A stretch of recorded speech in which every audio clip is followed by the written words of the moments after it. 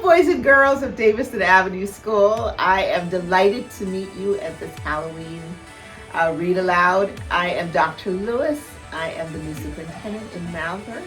And I selected the book, The Spider and the Fly, because it won an award, a Caldecott Award. It's a wonderful book.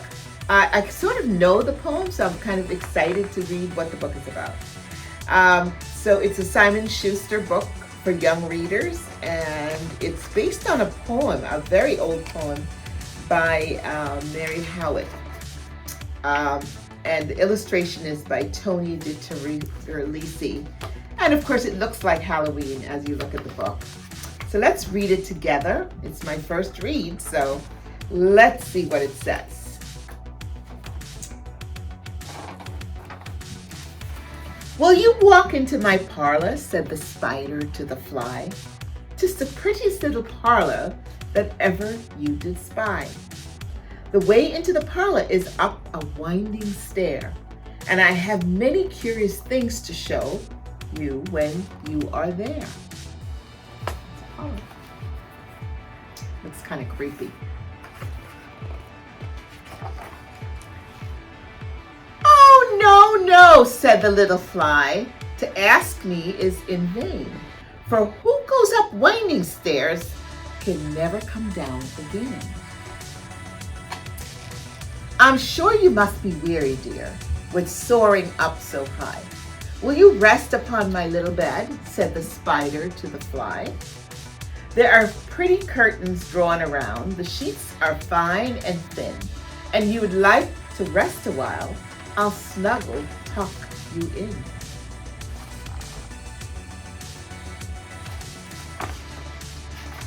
"Oh, no, no," said the little fly, "for I've often heard it said, there never wake again who sleep upon your bed." Look at that book. Notice anything about that book?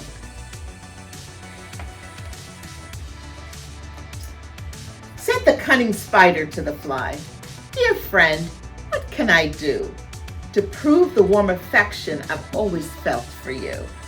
I have within my pantry good store for all that's nice.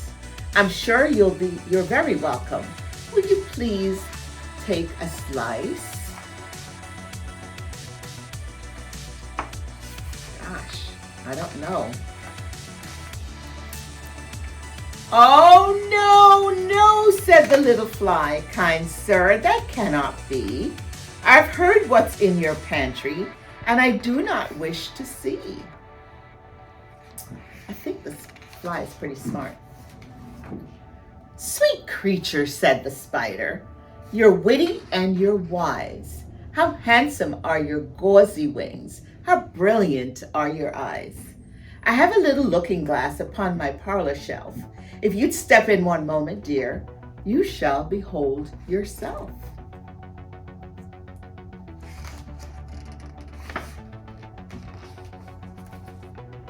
"I thank you, gentle sir," she said, "for what you're pleased to say, and bidding you good morning now, I'll call another day."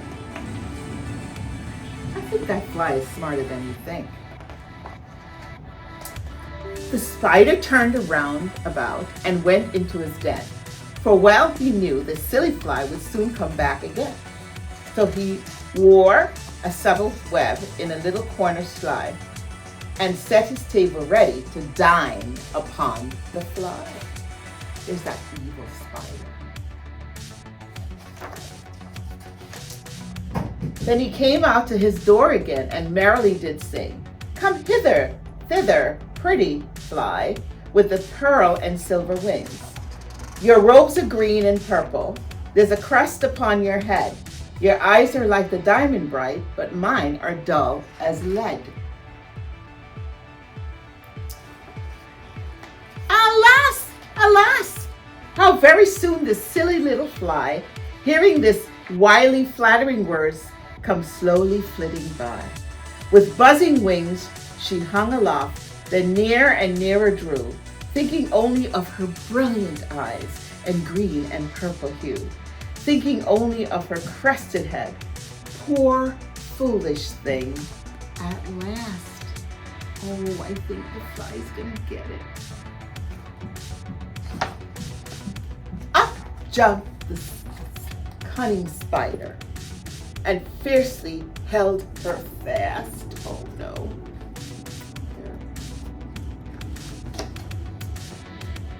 He dragged her up his winding stairs into his dismal den, within his little parlor, and she ne'er come out again.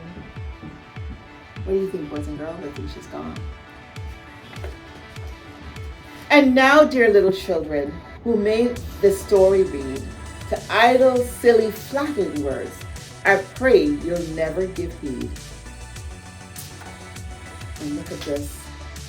Unto an evil counselor, close heart and ear and eye, and take a lesson from this tale, and the spider and the fly. R.I.P. Rest in peace. And that's the end. So you see, boys and girls, you can't always fall for flattery. You have to know what you think about yourself. And don't let others flatter you into doing things that you don't want to do. Remember the spider and the fly.